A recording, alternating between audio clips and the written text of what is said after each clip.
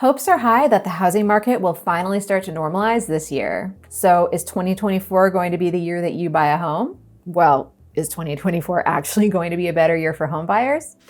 Let's be real and talk about what to expect if you're buying a home in 2024. Housing market experts are generally anticipating that 2024 will be a little bit easier for home buyers. But don't get too excited because we're talking relatively easier. 2022 and 2023 were crushingly difficult years in the US housing market. We're talking about going from very, very, very, very, very, very bad to just, pretty bad. I've been a writer on the mortgages team at NerdWallet as the housing market's gone through some wild roller coaster turns the last couple of years. And I spend pretty much all of my time looking at the housing market, mortgage rates, and stuff like that. So let me give you the scoop on what you can expect in 2024. This year, mortgage rates started out on a promising note, heading downward.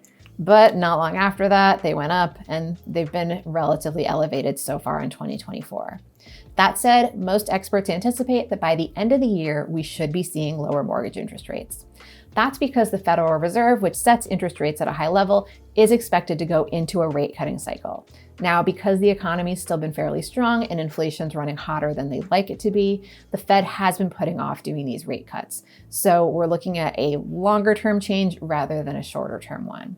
Also, when the Fed does start finally cutting rates, they're going to be cutting them like a quarter of a percentage point at a time. These are not going to be big dramatic slashes. And then that will take time to filter out to the world of mortgages and home lending. So again, it's a fairly long time horizon. But there is that glimmer of optimism that we could see lower rates in the future. You shouldn't try to time the market based on when you think rates will hit some kind of magic number though.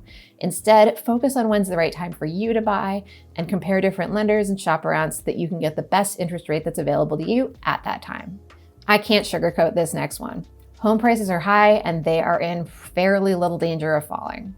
Even in parts of the country where we have seen some softening on prices, we're often talking about coming down from absolutely staggering heights that home prices reached in 2020 and 2021. So it's not like house hunters are out there getting bargains. Between high asking prices and high mortgage rates, the affordability outlook is tough.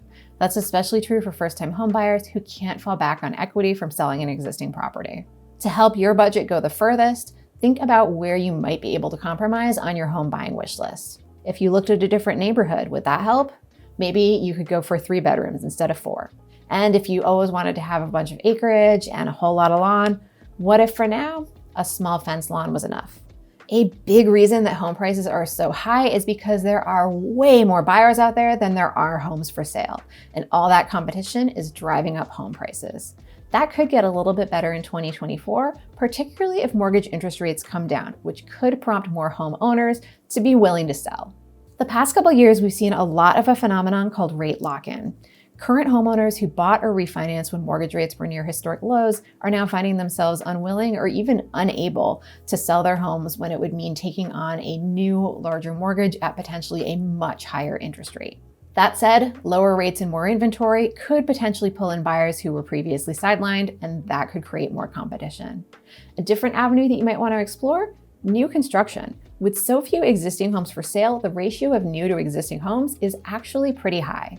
Additionally, home builders are sometimes willing to offer incentives like a temporarily lower interest rate in order to get buyers in the door. And that's not something that you're going to see from sellers in this kind of market.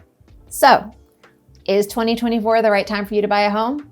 Well, if you've seen any of our other home buying videos, you've probably heard me say this before. It is not about timing the market. It is about when the timing is right for you. If you're finding yourself in 2024 on fairly firm financial footing, secure in your career, ready to put down some roots, it probably is a good time to buy.